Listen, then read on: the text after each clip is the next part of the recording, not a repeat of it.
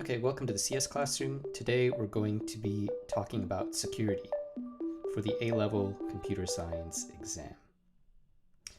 Now, in this tutorial, we will cover symmetric cryptography, asymmetric cryptography, quantum cryptography, SSL and TLS, digital signatures, and digital certificates.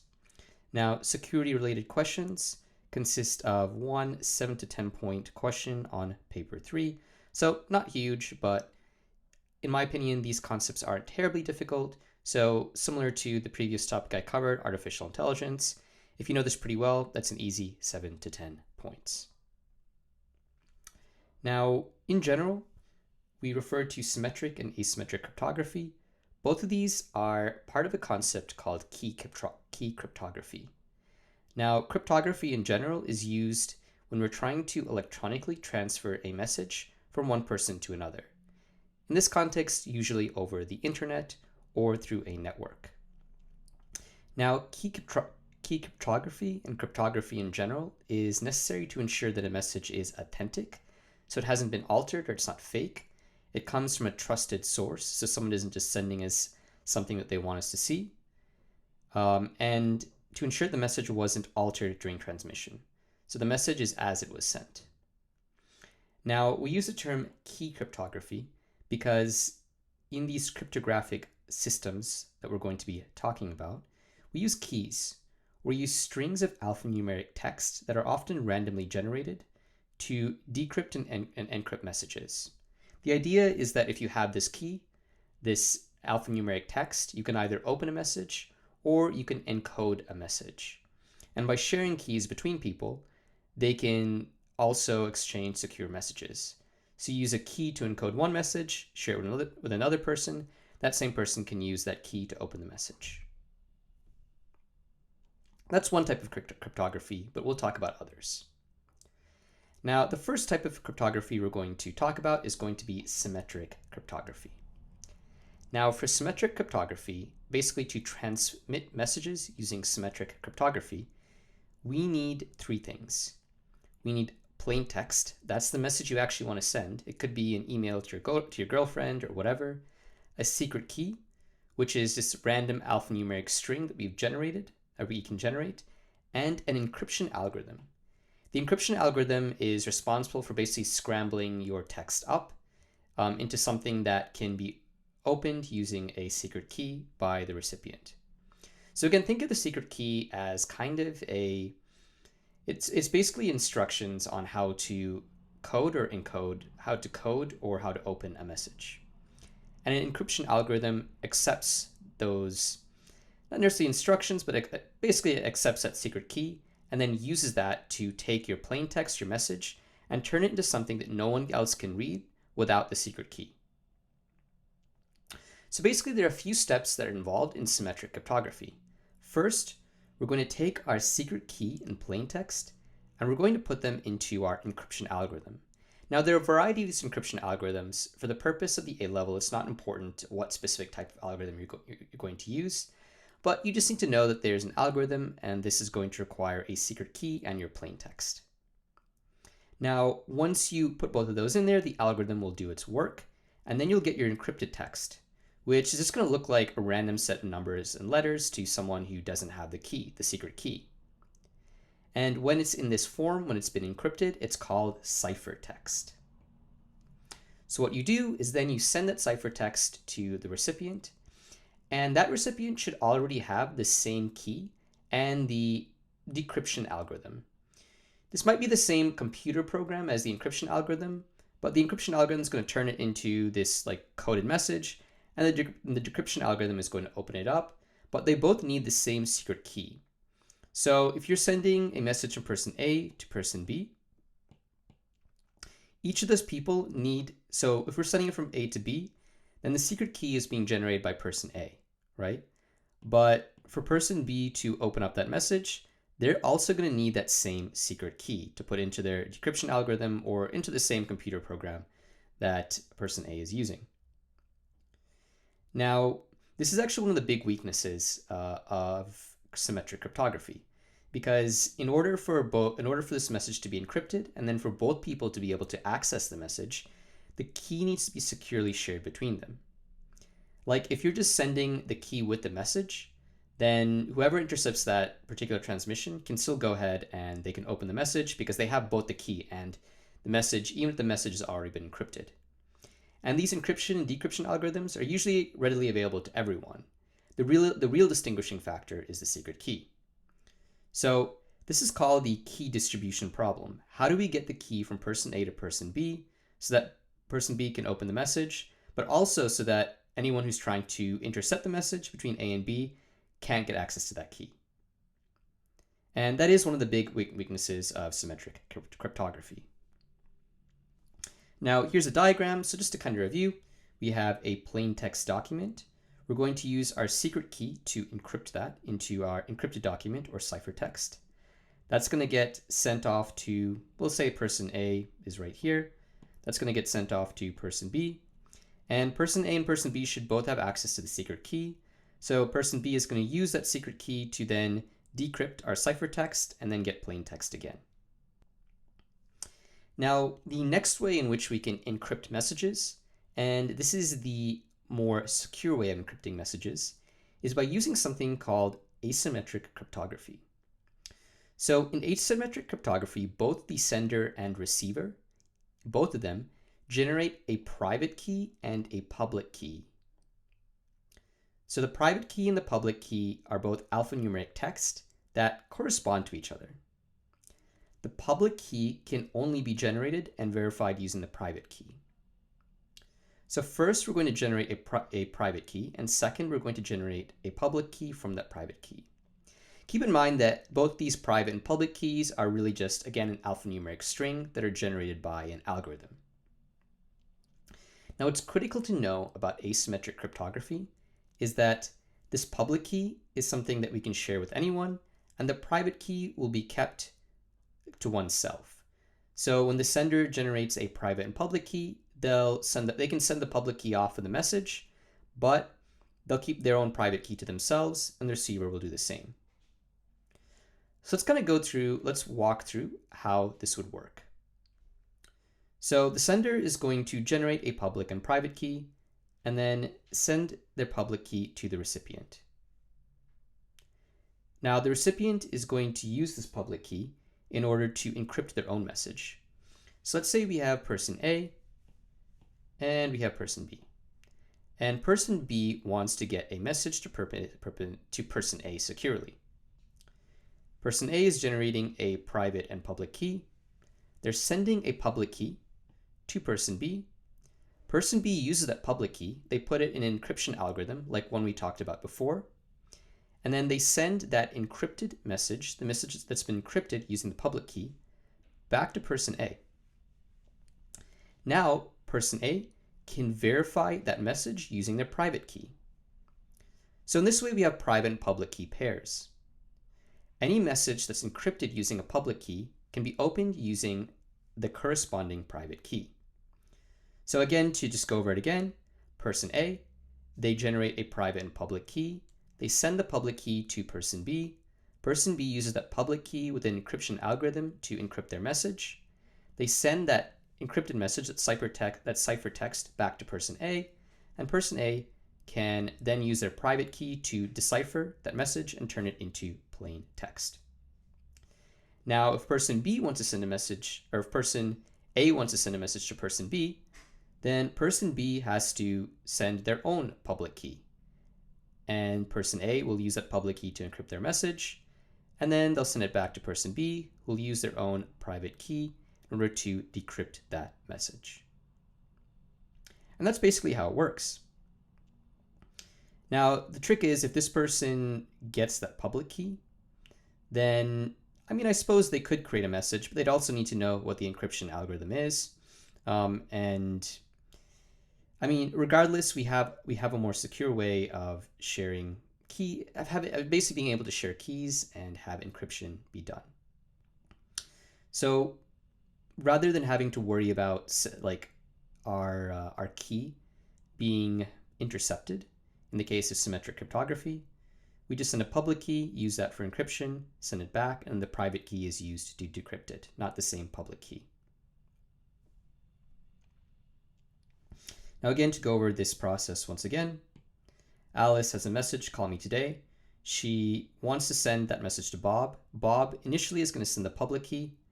Alice is going to use that public key to encrypt her message, send it back to Bob. Bob uses a private key to decrypt it.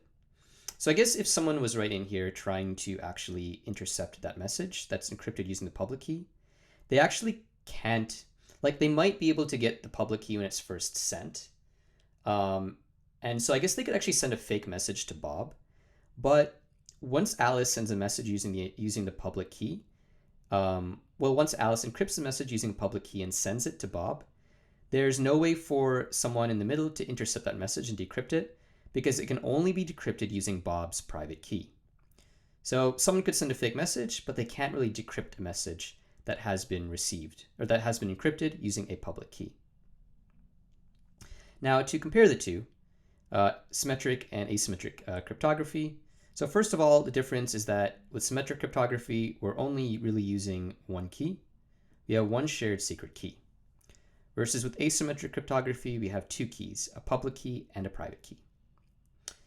Symmetric cryptography is generally more efficient because we have less complex algorithms, and we have shared secret keys are generally shorter. Versus asymmetric keys take more time to, with asymmetric keys and asymmetric cryptography in general, we're using more complex algorithms, longer keys, and the process is just more complex. So it can take more time to encrypt data and then also to decrypt it, basically the whole transfer process. If we're talking about key distribution, with symmetric cryptography, we have just one shared secret key that both parties need to have. Versus asymmetric cryptography, we have a public key we can send to anyone and a private key that we keep to ourselves. And finally, just in general, symmetric encryption is considered much less secure because it relies entirely on that shared secret key not being intercepted. Versus with asymmetric cryptography, as we said, someone could send a fake message potentially if they manage to grab that public key when it's being sent. But there's no way to decrypt it because the private key that's necessary to decrypt a message that's been encrypted using a public key only stays with the owner. So asymmetric cryptography is considered to be more secure. Okay, so now let's talk about an entirely different kind of cryptography. This is called quantum cryptography. Now this is very different from symmetric and asymmetric cryptography because there's no real keys. Basically, information is represented in something called qubits. Now, qubits are different from bits because bits can be either 1 or 0, but qubits can be 1, 0, or both 1 and 0 at the same time. And each qubit is represented by a photon, which is basically a unit of light energy. Think of it as a little particle that makes up light. If you've studied physics at a higher level, you've probably come across the concept of a photon later in your course. And whether a particular qubit represents 1, 0, or 1 and 0 depends on its orientation or the specific direction that it's pointing in. Now, because qubits are units of light, they have to be sent between a sender and recipient via fiber optic cable, which basically transmits data in the form of light. Basically, this requires, what I do have to say is that in order to coordinate this fiber optic transmission, we also need a more classical mode of electronic communication using bits to make sure that everything works out and is properly received between the sender and the receiver. Now, as I said, with quantum cryptography, data is transmitted as a stream of photons, all in a particular order and orientation. Now, if anyone attempts to access data while it's being sent, then that person is going to mess with the orientation of these photons, and therefore it's going to be super clear that someone tried to alter the message. Moreover, this makes it theoretically impossible to intercept a transmission without the sender and or recipient knowing. So basically, what I'm trying to say is that quantum cryptography is unhackable. As far as we know so far, there's no way to successfully intercept a message that's been transmitted by quantum cryptography. Because either you just can't do it because you don't have the right equipment, or when you do it, it's pretty obvious that someone has tried to access the message being sent. Now, to go over the pros and cons of quantum cryptography, One of the pros is that security is based on the laws of physics, photons rather than algorithms, so it's extremely secure and unhackable, and additionally eavesdropping can be detected. However, there are a lot of cons. First of all, it's very expensive to transmit data using quantum cryptography because it requires specialized equipment and a fiber optic connection. It only works over short distances, which has to do with fiber optic transmission. And there's a high error rate during transmission, meaning the data that we sent may not be the same data that we receive. It's not correctly being transmitted. And part of this is because this is a very new technology and it hasn't exactly been perfected. And finally, one of the cons of just quantum cryptography in general, not necessarily from a technical standpoint, but from a societal standpoint, is the fact that it can be used by criminals to hide data transmissions. So because it's basically unhackable, criminals can use it to communicate and basically do bad things without law enforcement or citizens being able to intercept their communications and stop them from doing bad things. Now, moving on from cryptography, we're going to talk about protocols. Now, protocols kind of goes back to the web and how we transmit data between clients, specifically clients' web browsers, and web servers, which represent websites over the internet. So when we're talking about SSL and TLS, we're talking about how we can securely transmit data between a computer or a web browser sitting somewhere and a website, or more specifically, the website servers. Now we want to make sure that the data we're sending is encrypted, but also that we're communicating with who we want to be communicating with. So you want to make sure the identity of the client, meaning the web browser, and the server are both confirmed. And more like I would say just on the whole, we want to prevent hackers from intercepting traffic between the client and server. Now we have two types of protocols, that's SSL and TLS. For our purposes, they're more or less the same. Like the A-level doesn't ask you to distinguish between them, except for the fact that TLS is newer and more secure than SSL. So you just need to know that TLS is newer and more secure. You don't need to know the nuances of how TLS differs from SSL. Now, basically some of the steps of SSL and TLS are first that a client tries to access a website which uses SSL or TLS. Now, if you've ever navigated in your web browser and there's been like a little key on the side or so that you're browsing securely in this website, that means it's using SSL. Now, this process of trying to access a website is called a handshake. It's weird because like the handshake on the A-level, they call this first step the handshake, but in reality, when you're just browsing on the internet, or pretty much when you're talking about SSL or TLS with anyone else, the handshake is the entire process of beginning a secure connection before data is further transmitted. Once the client has tried to connect to a website, let's say for example, facebook.com, the website server receives this connection and responds with a digital certificate. Now, this digital certificate contains many things, but there are two things you need to know about that. The digital certificate is validated by a certificate authority. A certificate authority being a third-party company that verifies the website's identity.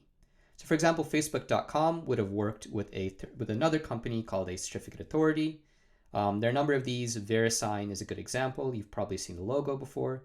And that certificate authority then investigates facebook.com, makes sure it's secure, and then allows facebook.com to use a digital certificate that's been validated by that certificate authority. So that digital certificate is going to be something the browser can verify. And then it also contains a public key from the website server. So digital certificate contains proof that the website is what it says it is. And then it contains a public key from the website server. And the website server is going to have the private key that matches. So basically the client's browser is going to validate that digital certificate, and then the browser is going to generate a key for the current session called a session key. And then it's going to not just use the public key, but it's going to encrypt the session key using the public key. So the browser generates a session key, which is another just alphanumeric string, and it encrypts it using the public key, and then sends it back to the server. Now the server uses its own private key to decrypt this session key and then verify the session key. Basically to decrypt it, really. I don't even think verify is the right word. So now, for this particular interaction between the client and the website, both of them have a session key that they can use to encrypt any further communication. So any messages that are sent between the client's browser and server subsequently are encrypted in a process called hashing. They're basically hashed through the use of the session key. So we've got our initial connection, we've got our response with a digital certificate, which contains the website's public key and is validated by a certificate authority. This public key is used to encrypt a session key that is generated by the browser. The browser is also checking the authenticity of the digital certificate by contacting the certificate authority. And then this encrypted session key is sent back to the website server, which has the corresponding private key. And so now the browser and server both have a session key that can be used to encrypt any communication between them. So now let's talk about a concept called digital signatures. Digital signatures, unlike the signatures you're used to seeing, are used to verify the origin of a message. So if a recipient wants to make sure that a message has been sent by a particular person, they can verify their digital signature. This is probably the most common example that you've seen, where a PDF has a digital signature that's been signed. Basically, the PDF has been signed by the person who created the PDF. Now, we're going to see digital signatures more often when we're talking about digital certificates. So every digital certificate has a digital signature that's been issued by the certificate authority so that a browser can verify that digital signature to make sure that the digital certificate that's been sent by a particular website is real. So now that we know why we're using digital signatures, which is to verify the origin of a message, let's talk about how they actually work. So in order to generate a digital signature, we need to use something called a hash function. A hash function basically takes any data and generates an alphanumeric value of fixed length. So you could have like a 10-page long email and you would still have an alphanumeric value of the same length as a 1-page email. That's just how the hash function works. So what we want to do is we want to take the message we want to send and we want to put it through our hash function to get this alphanumeric value, which is called a hash value and also a message digest. Probably on the A-level exam, you're more likely to see message digest. Now, once we've done that, we're going to encrypt it using a private key.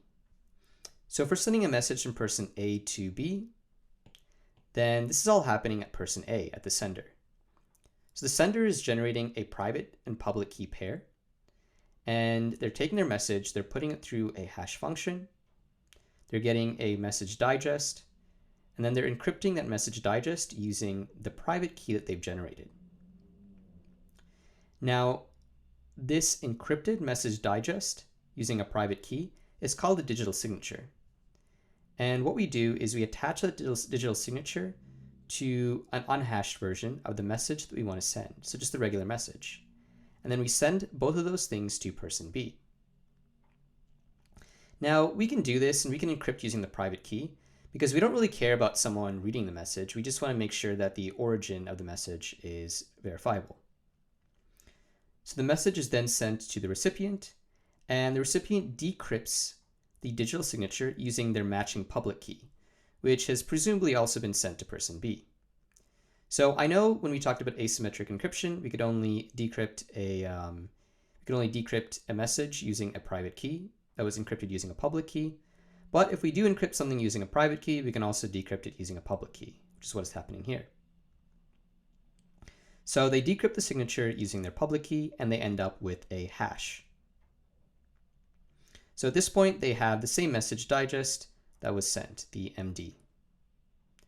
But then they're going to, that MD at this moment is just going to be an alphanumeric value. So they're going to take the unhashed message that they received, attach the digital signature, and put that through a hash function. And then they'll compare the two, because if the message is actually valid, then the hash that's generated from this message should be the same as the one that was decrypted using the public key. And if they're equal, it means the transmission is authentic. Now that may be difficult to understand, so let's take a look at a diagram. So right here, we're starting with the message we want to send, which is our data. We're putting it through a hash function to get this hash right here. And then that hash is being encrypted using the sender's private key to get our digital signature right here. And then we're going to attach that digital signature to our data, and we're going to get our data, our original message that's unhashed, with our digital signature to get a digitally signed piece of data or message. Now that's sent to a recipient, which is person B. At person B, we're going to put that data that's unhashed through a hash function to get a hash. And then we're going to take our digital signature and we're going to decrypt that using the public key that's been transferred from A to B. And we're going to end up with a hash that was created right here. And then we're going to compare the two. We're going to compare the hash we just generated from our unhashed message and then the hash we got from decrypting our digital signature. If they're equal, that means that the signature is valid and that the message came from who we thought it came from. And that confirmation of origin is represented by the public key and private key relationship in this process. Now that we've covered digital signatures, we're going to go ahead and take a look at digital certificates, which also actually make use of digital signatures. Now, while digital signatures were mainly in terms of signing documents like PDFs, etc., digital certificates are used in SSL and TLS. They're used to verify the identity of a website, and a typical digital certificate contains a website's public key, identifying information, certificate authority information, and okay, well, this part is not really true. Really what it contains is a digital signature from a certificate authority. So digital signature of CA. So we're going to have the website's public key, identifying information, the digital signature of the certificate authority, and then other stuff like the validity period of the certificate, etc. Because the certificate authority needs to check a website every so often to confirm that it is still secure and valid. And basically what happens is the browser verifies the digital certificate using the certificate authority's public key, which is available anywhere. So they can use the certificate authority's public key to decrypt that digital signature of the certificate authority to make sure that the digital certificate is valid. And furthermore, they can use this website's public key to then go on and generate messages that will then be decrypted by the website's private key. So generally, this is an indication that a digital certificate has been used. You'll see something like this, and if there is not a digital certificate, then you'll see some message that says that the website is not secure. Okay, now let's talk about how we can actually obtain a digital certificate for a website. We've already talked about what digital certificates are, but if we want to obtain one, then what we need to do as a website is make an inquiry to a certificate authority. So we need to ask a certificate authority, hey, we want a digital certificate because we want to be able to use SSL to connect with our clients. So the CA, or certificate authority, is then going to investigate the website and verify its identity as well as security of the website. Once it does that, it's going to issue a public key as well as a digital certificate. So we're going to have two things. We're going to have a public key and the certificate. And the public key is actually going to be in that certificate. And that public key is what's going to be used to transmit data with the website later on. So then a client attempts to connect using SSL. The client gets the certificate and the public key in that certificate. And then the client can actually verify the authenticity of the certificate using a digital signature in the digital certificate. So in this digital certificate issued by one of these types of certificate authorities, there will be a digital signature that's been encrypted using a private key. The browser can then access the public key of that particular CA and then use that to decrypt the digital signature and make sure that it is authentic. Once that authenticity has been established, the public key that was included in the certificate can then be used to encrypt any data that will be communicated to the website itself, and vice versa. Now that brings us to the end of this tutorial on security for the A-level exam. Check out the slides. I'm going to post the slides in the description, and check them out for practice problems. Almost all the information in this slideshow was taken from practice problems, or from past exam paper problems. Also, you can check out some of the other videos in my A-level playlist. There aren't so many so far. Really, I just have a video on artificial intelligence and pseudocode, but there's more to come. And finally, you can subscribe for updates on my upcoming machine learning course if that's something you're considering doing in university, or you just have an interest in it. Anyways, if you found value in this video and liked it, please remember to like the video and subscribe to the channel. Have a nice day.